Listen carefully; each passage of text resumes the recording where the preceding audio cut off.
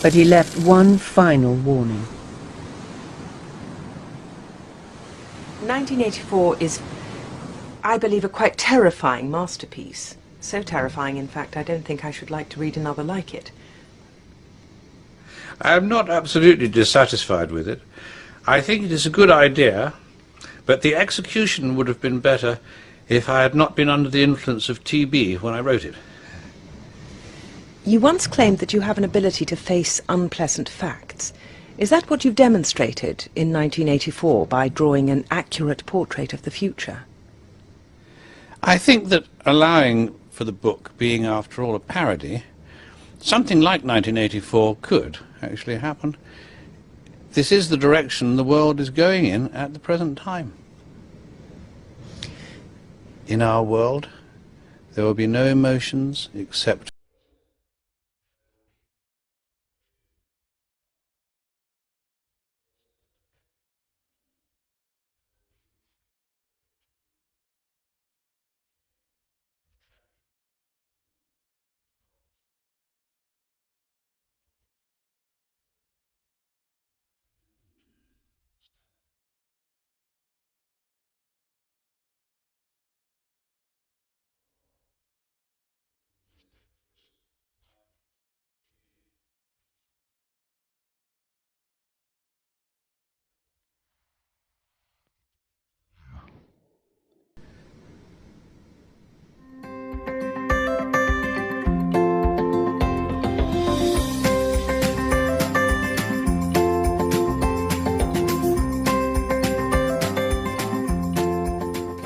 Hey guys, it is Tristan with Nerdette's NewsStand, and I want to talk a little bit about what's been going on with Gina Carano. Now, she did play in The Mandalorian, which is really my only access to her in an entertainment field. It was the first Star Wars show I really liked and really enjoyed. I reviewed the entirety of it in my own way, but before we get into what is being said and what is going on with her, I think it's important, when I haven't done one of these videos in a while, to talk about what I think. So obviously we're going to talk about ideology here, right? The way you look at the world. It is basically your system of beliefs. Mine personally comes from my Christianity, or my belief in free will and free speech. Social justice ideology is a collectivist ideology by nature. Just like any supremacy group that they fight against, they are collectivists. Social justice ideology is, just like those supremacy groups they fight against, inherently evil. They say that the best way to look at the world and the best way to treat people is by what group they belong to, i.e. their skin color, their sexual orientation, just like Marxism, which was a collective ideology that looked at the person by which class they belong to. So social justice lets traits, we can't help, what traits we are born with, divide, privilege, or oppress us. And it's absolutely taken over, unfortunately. What most true progressives think and don't realize is that instead of being progressive, it's actually regressive, right? They cause division and radicalize people, and their ideology is not progressive at all. It's actually moving backwards. Separating by skin color, separating by sexual identity, right? It sounds nightmarish, but that's what they have wanted and done, and kind of, unfortunately, taken over this side of the world because of it. Not only do these SJWs cause division, but they are inherently racist. White liberals saying, you need me, you need my voice. No, they don't. Don't be a white savior. It is very demeaning. Nobody needs your voice. They have one of their own. They also want to control and have power over you, right? By controlling your thought in a very 1984 fashion, even coining new terms, coming up with new terms, changing terms, right? So, a lot of recent ones are like the white privilege anti-racist, which it took me a while to actually get, white fragility, and these are all new terms that they've basically coined, and then they'll change the terms, misogyny, for example, used to be the hatred of women. Now it's just if you say anything bad, if you're like, oh, she's a 5, oh, misogynist, you are a terrible person. So the biggest problem I have is their ability to completely ignore facts and evidence right in front of them. I can sit here and tell you that Black Lives Matter has killed 3 times as many people as cops killed unarmed black men in 2018, and I guarantee someone still in the comment section is going to call me an ist and a faux. In 3 months, they've killed more than in 2018. But yeah, I'm the mean person. But let's be rhetorical here for a second before, and then we will get into it, right? So let me ask you a question. Let's think of the best way to go about this. If I looked at you and I judged you on your skin color or who you loved before I even knew you, would you take a step back and go, whoa, what's wrong with her? Yet that is exactly what social justice does. What if I looked at you, not knowing you, and say, you must look at the world through a collective racial lens. You must then treat people differently because of their skin color. Pretty awful, right? That is exactly what the collective mentality of social justice is. And it's absolutely inherently evil.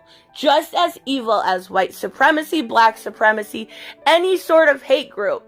It has literally made people radicalized to the point where they are now wanting, talked about this in a community post. We see California wanting segregation back. Like, what happened? What happened? Really, it feels like we went through some crazy portal. But anyways, let's talk about Gina Carano, and let's talk about this picture that she posted. It is about, Germany in the 1930s, a man that fell in love with a woman. I'll give you a quick TLDR. And he changed his thought process. He went away from the norm because a woman made him realize that this hive mind was terrible. And, he had a lot of trouble then, eventually never being able to marry her because he was a race traitor, right? Because he wouldn't think like, Nazi America, or Nazi Germany at that time.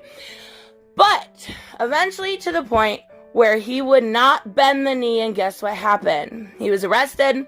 He was sent to a concentration camp, and he never got to see the love of his life again. Really, really sad story. The message behind it is there, though, right? You can change. Education, love. These are all things that can help you change. The way these people are going about it when it comes to Gina Carano is not the way to change things. You don't change somebody's mind by saying, you're an ist, you're a phobe, you're a terrible person. You change people's mind by, and I've talked about this before, either A, education, or B, having a great conversation and getting someone to realize what your mindset is.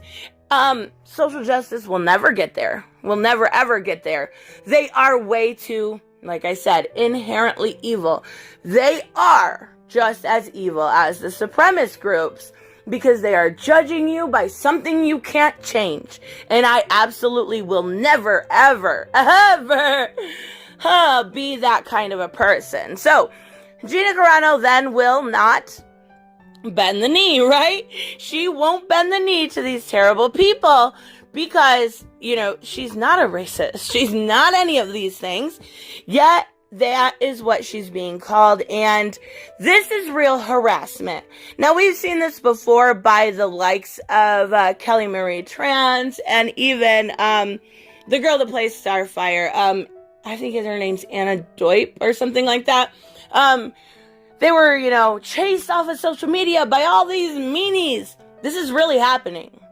This is really a person being harassed that works for Disney, and yet it is radio silence, because if you say anything, you will be harassed in the same exact way. But I actually have a lot of respect for Gina Carano in this situation.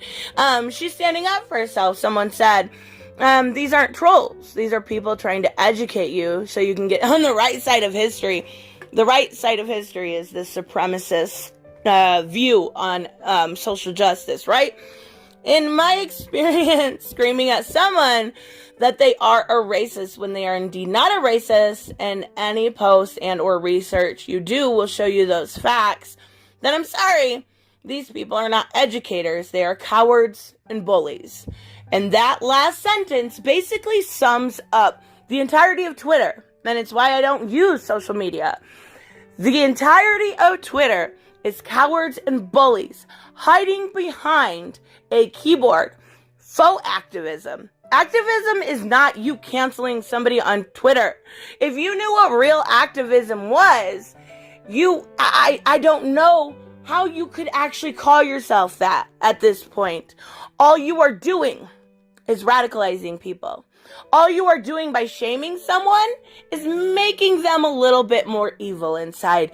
There are good people out there that maybe are a little, messed up in the head because of this. And this is what I mean.